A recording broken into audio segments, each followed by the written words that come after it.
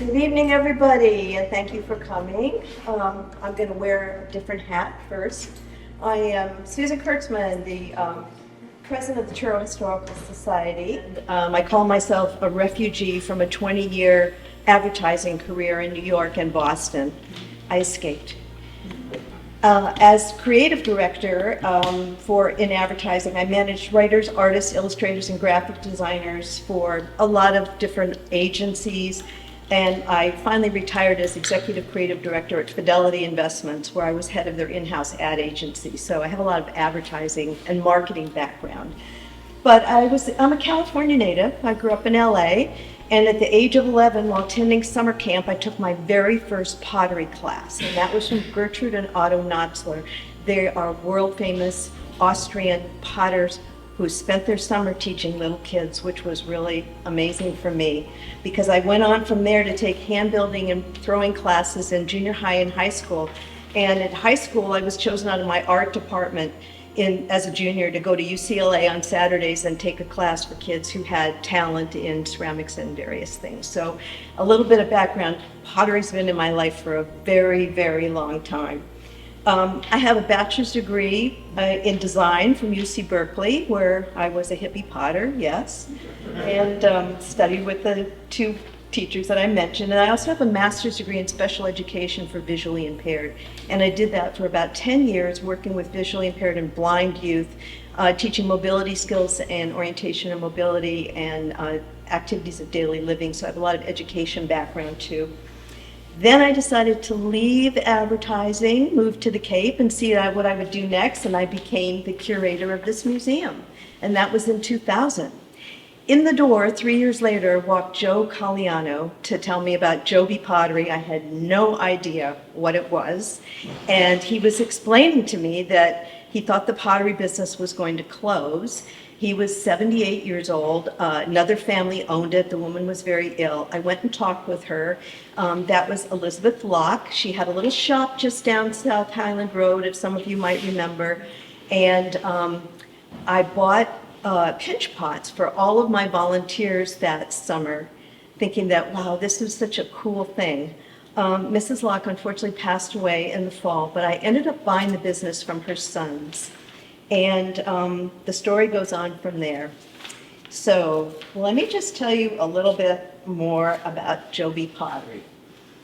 Started in 1953. This is our 70th year in Truro. It's owned by just 3 families. Here's Joe, and this is Bill, and they were in their 20s. Joe Colliano on the left, Bill Hastings on the right, met in the Navy. They came to the Highland Hotel in 1952 looking for a job. They also heard that it was a cheap place to stay. And the Conklins, Hal and Estelle Conklin, were running this place as a hotel at the time and hired them on as bartenders, and noticed that one of them played the piano. They started playing the piano. They stayed here for 1952, and then what happened was Hal and Estelle Conklin went up to Albany, New York to see them in the wintertime, and Bill and Joe were playing for another organization. They were having a concert, and they saw them playing 4 hands, 2 on the organ, 2 on the piano, and they hired them immediately for the summer of 1953 to come and be the entertainment and the bartenders here at the Highland House. Now, some of you may know and some of you may not know that our shipwreck room used to be a bar. It was called the Golden Eagle Bar, and that's where they actually entertained and were the bartenders. We have some photos in the back that you can look at later on. So starting in 1953, Joe and Bill, who became known as the Jobis, moved to the Cape, and they also started to take over this little hot dog stand up by the Highland Lighthouse that the Conklins owned. And the Conklin said, then what would you like to do with this? We have this woman that we know that makes pottery. We think we can sell some of this pottery. They started building it out. They brought the pottery back, and that was the beginning of JOBI Pottery. Notice how close it was to the lighthouse. It was just a little shack. Inside the original shop, you could find these spools that they found, they used for tables. They had local artisans making a lot of macrame hangings at the time. Sand candles were a big thing, and the JOBI Pottery became known. People trekked up to the lighthouse to get their piece of JOBI Pottery every time that they came.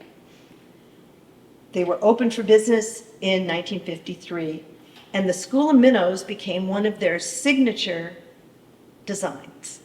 People said to me they had the School of Minnows on the floor, and they had their two Siamese cats up in the rafters, two black Siamese cats, and that's another design that they ended up selling too, the cats and the fish. They ended up staying over and building an apartment underneath this shop, and now they became year-round residents. When spring arrived at the Highland Lighthouse, have a look at this great scene here with the car. They had already entrenched themselves in the community, and they were bound and determined to have a successful business. Now, slip casting is the method by which this pottery is made. It's not made on a wheel, and I'll give you a little demonstration on how we do that. But you can see Bill pouring out of a pitcher. What he's pouring is liquid clay into a mold. The molds are plaster of Paris. They're made specifically for making pottery. So you buy this plaster, and they actually made a lot of the molds themselves. Afterward, if you want to come up and look at the bottom of this, it has the date on it. It says JOBI. They actually made their own molds. They were easy to make. Here's a picture of Joe taking the greenware, which is pottery that has not been fired, is called greenware. It's just been formed but not fired. He's taking it out of the mold. And notice how many different pieces they have in the background. These guys were making pottery day and night, all winter long and all summer long, except when they were in the bar entertaining. Here's another picture of Joe in the studio cleaning the pottery and hand painting. Now behind them on the wall are commercial glazes.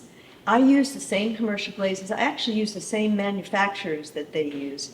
At the time, though, they were kind of limited in terms of the colors. And if you notice the color schemes from the original JOBI pottery, there are no reds, no oranges, no really bright colors, because all of those colors were not food safe. They had lead in them and other things in them.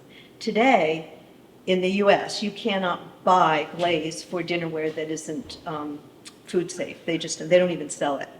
So I don't mix glazes. I actually buy my own glaze, and I do color testing every winter if I'm going to try a new glaze.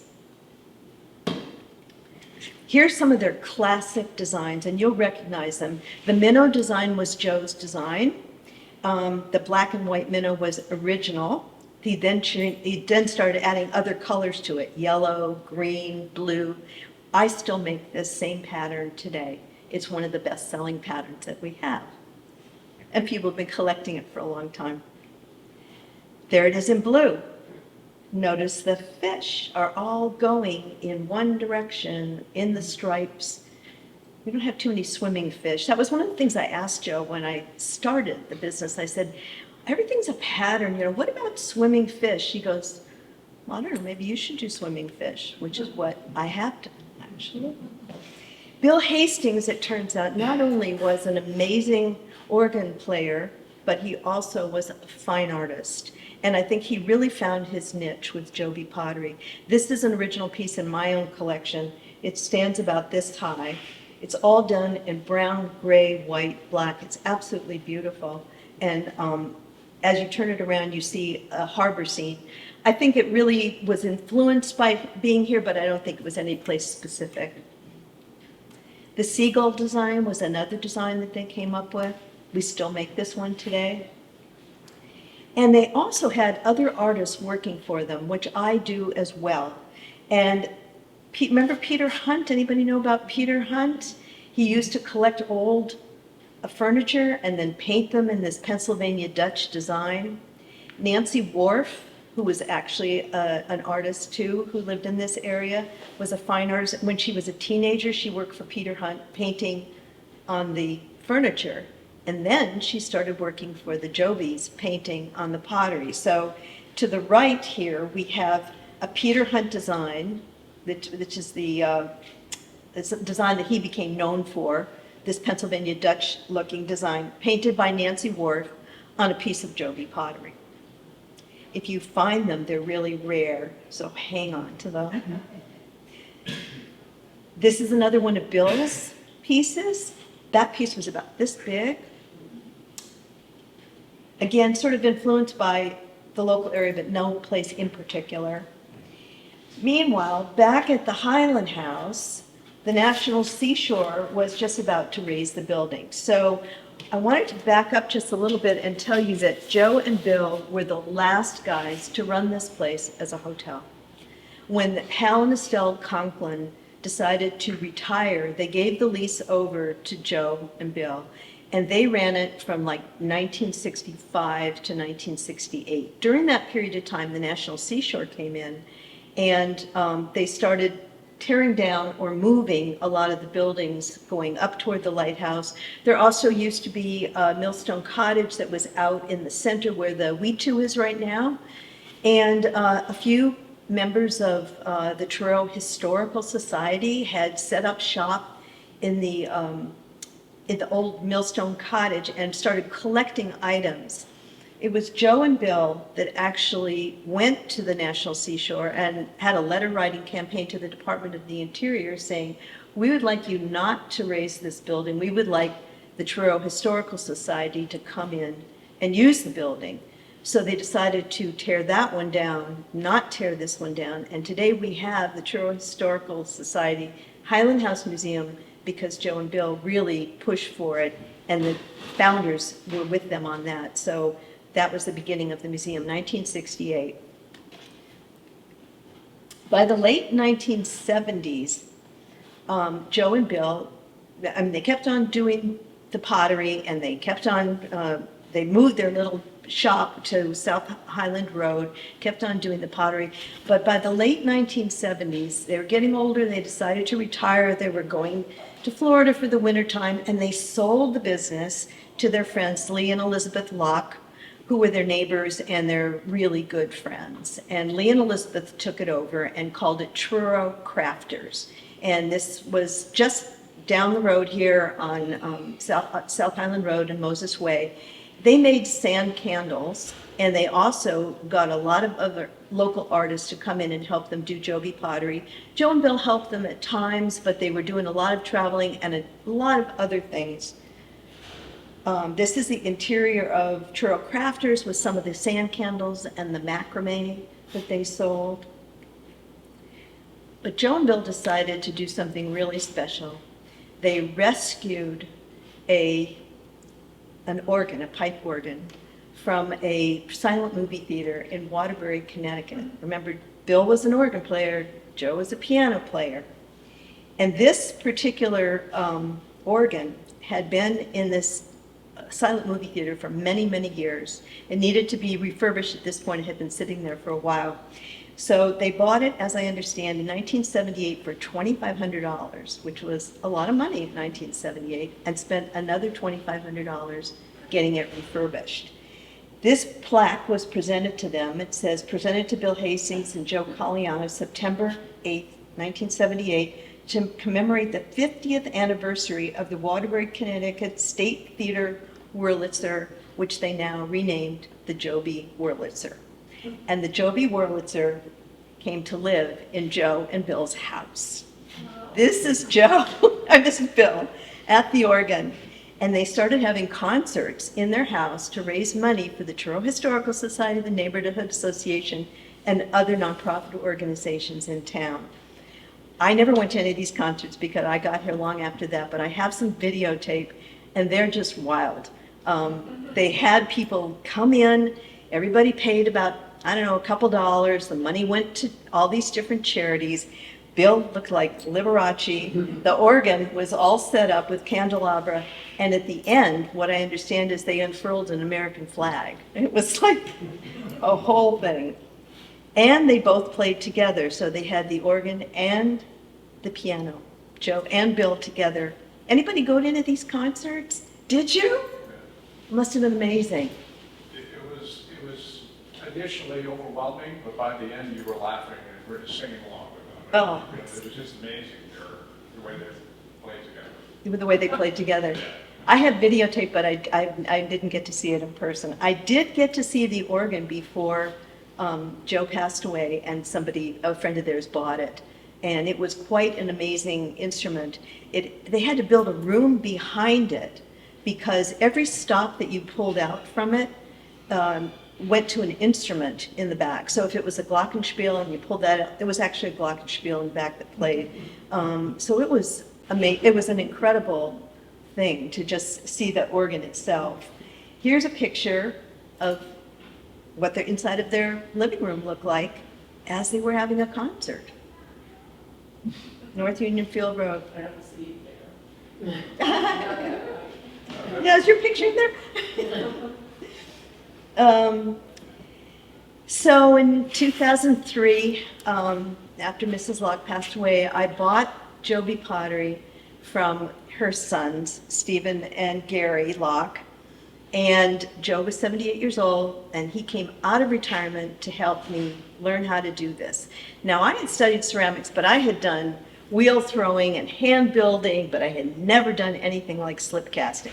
This is a type of production pottery that was done all over the United States. In fact, I've found that it's been done all over the world until, you know, the 60s, 70s, when everything got sent to Asia and everything was automated.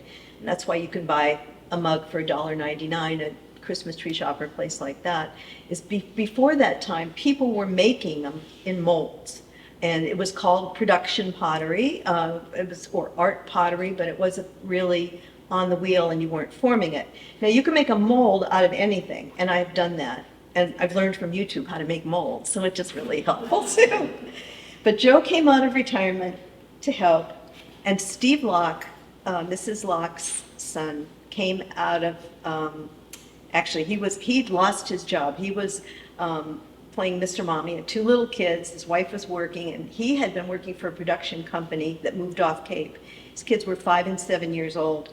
And I said, bring the kids and come to work with me. You grew up in this business. He knew the Jobis from the time he was 8 or 9 years old. And Steve came out of, you know, the Mr. Mom role and has been working with me for 18 years. We work side by side. I couldn't do what I do without Steve Locke. So he's my production manager, and he's the guy in the back room helping me make pottery and make molds. In 2006, I decided I needed to build a little shop, so I built a shop on Depot Road, and that was my original shop, and that's what it looked like on the inside. That little shop has now been turned into my house, and I bought another shop on Route 6. But let's talk a little bit about production.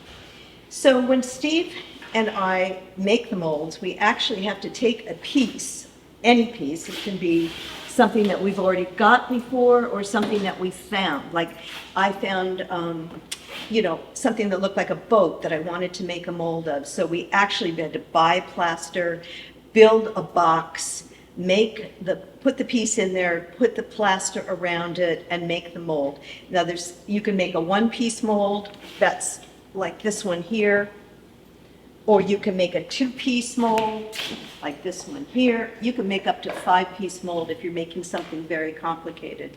It just depends on where the undercuts are, if it has handles, you know, what size it is. So when we first did this, we were using just JOBI molds, and I bought 250 of the original molds. And the way that it starts out is that you take liquid clay. I brought some here so you can see it. It's called slip when it's in liquid form. And you take the slip and you pour it all the way into the mold, all the way up to the top, so that it fills it to the very brim. The mold starts to absorb the moisture from the outside in, kind of like when you bake a cake in the oven, you know how it gets hard from the outside. When you can see the thickness that you want right there, and you go, and you have to eyeball this. It's not scientific, because you know if it's raining, it's damp. If it's very hot out, it can dry quickly. So you look and see how thick you want it, and then you dump out the inside. It coats the mold, and you let it dry in the mold. So we reuse the clay over and over again. Once it dries, it shrinks about 10%, and they just really pop out. this one doesn't want to pop. It comes right out, and the next step is to paint it on the greenware. But first, it has to be sanded all around. It has to come out nice and smooth. If I was doing a mug like this, and I poured it into here, once I had it, I looked and saw what the thickness was. I could pour out the center. It's coating the middle. I let it dry. Then I can open it up. And there is the mug. It's got seams on it where the mold marks are. In order to get those off, we use various kinds of scrubbies or various kinds of knives and tools to scrape them off, sponges with water to soften the edges until we get something that is nice and clean like this. And that's just called a piece of greenware. If I drop that, it'll break in about 100 pieces because it's just dry mud. That's all it is. So here's a picture of the mold setting up. Now, when we do something, we don't do them one at a time. Don't forget it's production, so we want to make as many pieces as we possibly can. These are pinch pots being made in a one-piece mold. They're setting up, so we can do quite a few of them. Steve or I have to watch them, make sure that they're drying properly, and then pour out the centers as we go. Ready to be cleaned. This is actually the back of a triangle plate. And like I said, it's got mold marks. It's pretty rough. You can see that this is the edge of it. We're going to have to trim that off. Steve uses sponges with vinegar and water to smooth everything off, get all the dust off. Then he puts them on a big shelf in my studio, and that's when it's my turn to actually decorate them. And when I started out, it was me doing it myself. Joe was helping me for about 2 years to learn all of the different designs. And there are 22 original JOBI designs. When I bought the business, I trademarked the name JOBI. They had never done that. And I also copyrighted all of the designs. And then I've come up with additional designs since then. The designs are painted right on the greenware with various brushes, using commercial glaze, and it dries almost immediately. Now, it doesn't look anything like this when it gets done, because it has to go through a couple of firings. Here's some examples of me just painting the greenware. And now we've got these pieces waiting to be fired. So it goes into the kiln in this shape, and it comes out looking like this. It's hard, but it's not waterproof or food safe. The design is baked in. Notice the change in the color. The clay turns to white. This is a white low-fire earthenware body, clay body. And the design pops out now. You can see what it is. The very next step is to take this piece, dip it in a vat of overglaze. The overglaze is colored like pressed toothpaste, so you can see where you missed your little spots, and then you can go back with a brush and touch it up if you want to. But this design is underneath this glaze.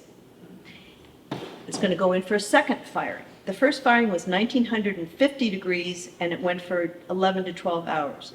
The second firing, and it cools down for 48 hours. The second firing is going to be at 1450 degrees, and that's going to go for about 6.5 to 7 hours, cool down for 24 hours.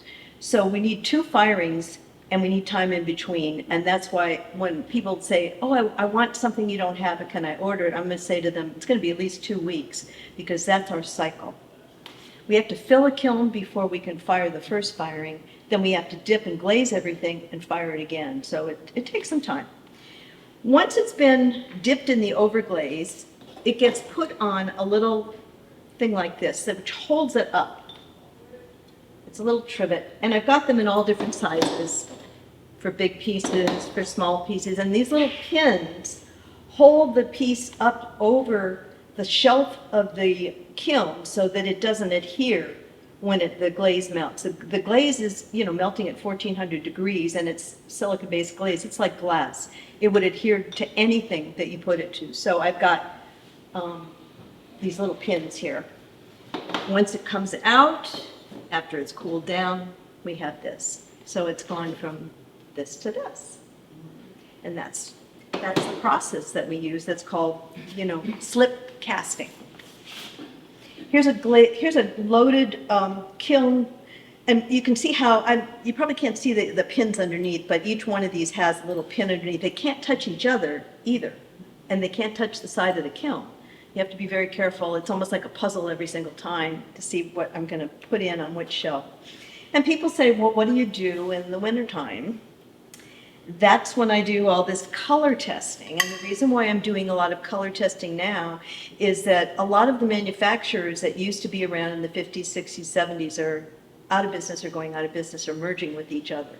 So every time a couple of places go out of business, I lose a color or two. Then I have to go searching for something that's similar. Now, the JOBI Pottery's been around for 70 years, and I have somebody coming in and saying to me, I love the blueberry pattern. I want it to match what my mother had as a wedding gift. And I'm going, holy cow, what am I going to do about that blue? Then I do the color testing, mixing the commercial glazes to get exactly what I need. So it's kind of like, when you're looking for nail polish or lipstick and you go back a year later and you can't find the same color. It's the same problem. And the more I find out, more and more production houses are closing, the problem becomes even greater. This past winter, we had an interesting problem. So the clay is white, and it's made of 3 different kinds of clay and talc. Talc is what makes it white. You probably heard or read about the problem with talcum powder and all of the, Johnson & Johnson was being sued a million ways because women were getting cancer from the use of talcum powder. All the talc mines closed in the U.S. Done, finished. And we couldn't get our slip. So we had to start testing other slip. And Steve was going on his mind, and I was saying to him, don't worry. They use this clay in all the schools. We're not the only production house. Somebody's going to figure out something. And sure enough, by this summer now, they're importing talc from France and making the same clay that we've been using all along. But these are the kinds of little business and production issues that you run into when you have a business, that you've had for 20 years. So winter production also means I'm coming up with new designs. This is the beginning of something I call colorful. You can see the snow outside my window. The colorful design in its unfired state has a lot of different colors to it. And in its fired state, it looks like this. So that's why it's really important to do the color testing so I know what I'm going to be coming up with. I like to do the old patterns, which are the ones with the stripes. Those are Joe's patterns. But remember I said he did everything in stripes and they were always set up. And I said to him, why are all the fish lined up? And he said, well, I was trained as an accountant and I like everything all lined up. And I said, well, I'm an artist. I want the fish to swim. So you can see that I've got some swimming fish in there. And this is both the old and the new. And I try as a designer to make it so that they match. So if you have some of the older pieces and you have some of my newer pieces, they're going to be able to complement each other. I brought in bright colors. Remember the reds and the oranges, they couldn't use those colors. Now we have them. And the minnows became the signature of JOBI Pottery. Even though we did all the other 22 designs, the minnows seem to be the one that people really love. I came up with this wave design, so I could have a wave of color and swimming fish. And then I opened a bigger shop in 2014, and that's the one that's on Route 6 today, and closed the smaller shop on Depot Road, which became actually my house. So the new location gives me an opportunity to produce even more, and I've gotten a lot of local artists to help me in the last couple of years, which is a lot of fun because new designs are coming out from people who are getting the inspiration of doing their own work on clay. So I'm still painting.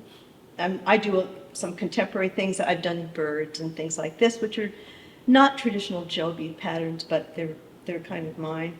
I took the traditional JOBI pattern, just added cobalt blue, and it changed the whole look of the piece. So sometimes just changing a color. And then this year, for our 70th anniversary, we brought back some old designs, and this was a design that I found on a beer stein that the Jobis had done for Hal Conklin. Remember the Golden Eagle bar? Well, when Joe and Bill ran it, they had little hooks all around the bar, and everybody had their own beer stein with their name on it, and you'd come in and grab your thing and, you know, get your pint of beer. So I have Hal Conklin's, and this was the design on the back of it. People ask me, you know, like, what about the future? I have to say, it's getting collectible. After 70 years, it's kind of remarkable, but I do look on eBay and I do go to auctions and I do find it everywhere. I'm sure you do too. You'll find it, you know, like in swap shops. You'll find it in people's tag sales. You'll find it in, you know, all kinds of shops. This just happened last month on eBay. This was a 9-inch plate. This is a 9-inch plate. This is how big it was. I bid up $155 on this piece because I thought it was really beautiful, and then watched it go to $1,026. That is the most I've ever seen for a piece of JOBI pottery, but it kind of told me something because this was painted by Bill, and it was painted in the 50s. Days Cottages 2023 is one of our new designs. You probably have seen it if you've been in the shop. I did it for our anniversary. I have a young woman working for me, Leah McClintock Shapiro. She's 24 years old. She just graduated from Carleton College in Minneapolis, and she is a master painter. Whatever she looks at, she can paint. So I asked her to do Days Cottages, and this is what she came up with, which is wonderful. I asked her to have a look at one of Joe's or Bill's old pieces. The piece on the right is a little 9-inch plate that Bill did back in the 50s, and the one on the left is a 12-inch plate that Leah did. You can see how exact she is. Really kind of amazing. This is my son who used to work for me. Then he moved to California. We're looking for the next generation. Anybody? And I want to thank all the helpers that I've had in the studio, who sometimes get painted if they're, you know, sitting still long enough. And also Lola, who likes to help, but, you know, we overwork her quite a bit, so she takes a nap every once in a while. And the biggest thanks of all goes to Steve, my production manager of 18 years. He's really been my right-hand guy. He is the one, as you can see behind him, he's got like a whole bunch of pieces in production. What he's pouring out is he's taking a mold and pouring it out into our slip mixing machine so that we can reuse it again. And I'm always happy that we have happy customers. Thank you. So I just want to say that I'm happy for anybody to come up and have a look at this, ask me any questions, if there's anything I can tell you about it. If you want to handle things, I brought it for you to come and, you know, see what it's like. We have a lot of people to thank. I have, you know, my regular team is Steve and Robert Callahan and Ed Christie and Polly Watson and Leah and Jose, who helps me in the shop. But I've had a stream of artists, very talented artists, working with me over the last 20 years. So thank you very much.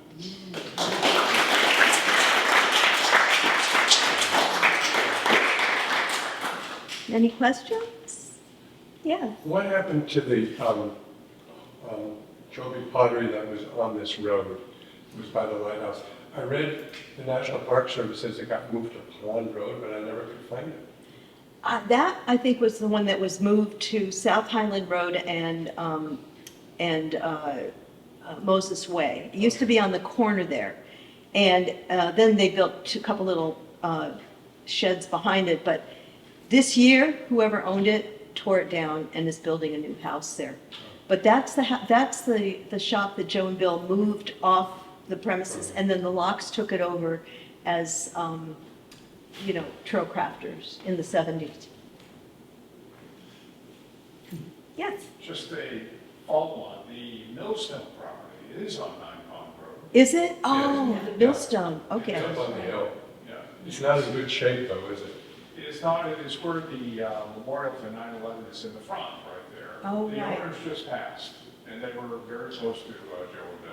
It's Scott Ashley and Sam Adams. Mm. And my question, Susan, they started you, was Joe was the one that came back to show you exactly? Yeah, Bill had passed away. So your foundation, when you began, Mhm. and since you've been doing it, so how much have you, and you kind of answered it, how much have you taken and just kind of gone in your direction with some of those 22 originals? Well, it's interesting. In the beginning, I did all 22 designs and I did them all the time. Then, my marketing head sort of, clicked on, and with all that advertising marketing background, I was doing market testing at the same time, which ones sell better.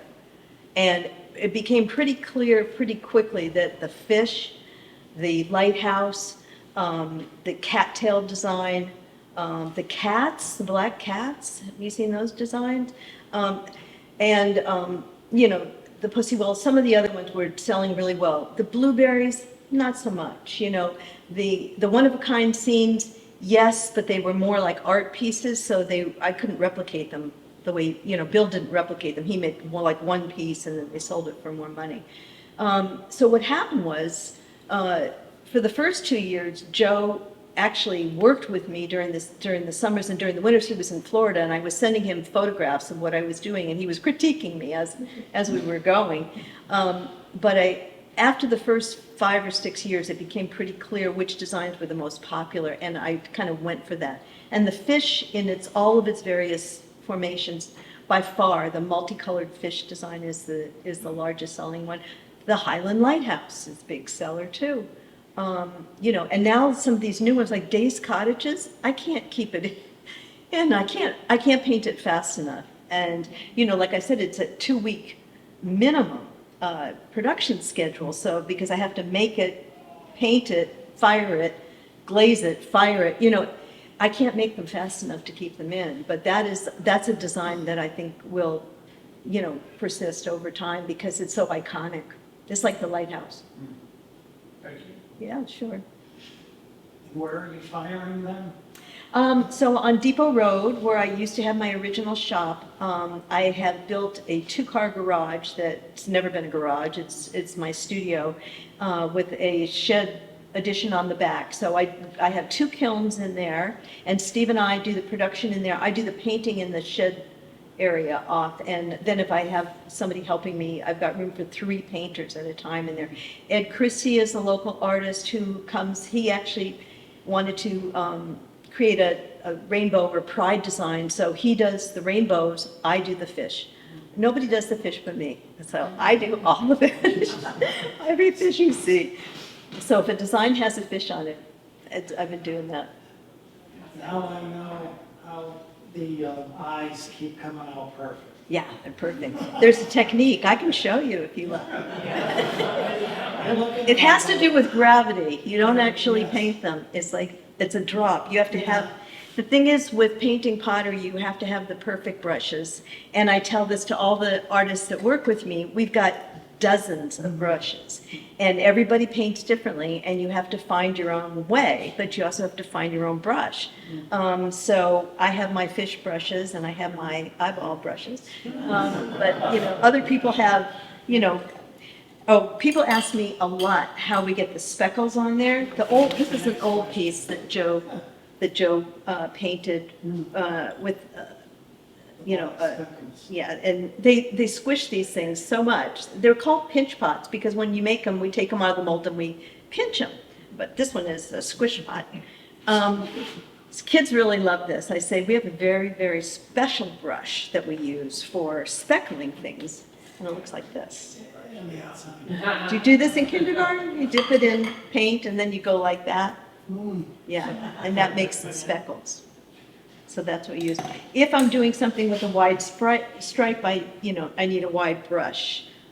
So that's where we have lots of different kinds of brushes, and whoever, paints with me or for me finds their own and then hoards them in their own little cup, with their name on it. There's also the technique called sgraffito, which you've probably seen on some of my pieces. They look like the pattern is scratched through the glaze. You use a brush, a tool like this with a point on it to actually carve out the design. And that was something that Joe and Bill did too on some of their pieces. Upstairs here in the JOBI room is a really good example of a lot of their early designs. There's also some pretty funny pieces. The National Seashore was having a problem with the naked beach, you know, the nude beach in Truro, and this was back in the 60s, and Joe and Bill thought that was hilarious, so they did a bunch of vases with nude beach scenes. Diana Worthington owns one, and that's the one that's upstairs, but people have been collecting them because they probably did a half a dozen, and that was it. But they thought that was funny. And there are a number with cat eyes because of their cats. There's it's kind of fun to have a look at some of the old pieces. Now at JOBI here on Route 6, I made a little museum case so you can see them there too. Yeah. Any other questions? Yes. Susan, at the State House in Boston, is JOBI artwork and yourself part Yes. of, our state heritage? Yes, actually, when Julian Sear, who is our state senator, when he was first elected, they had the state senators choose an artist or from their area as representative of their area. And I mean, I actually have known Julian since he was in high school and was, serving food at his parents' restaurant. But he asked me if JOBI would like to be represented in the State House, and I said, yes, I would love that. So we went in and installed a platter about this big with bluefish on a bluefish design, and that's in the State House gallery. Thank you for mentioning that. Yeah, I was very proud of the fact that it was in there and that he chose JOBI out of all the artists he could have chosen. Any more questions? Anybody want to come have a look? Thank you so much. Thank you for being here.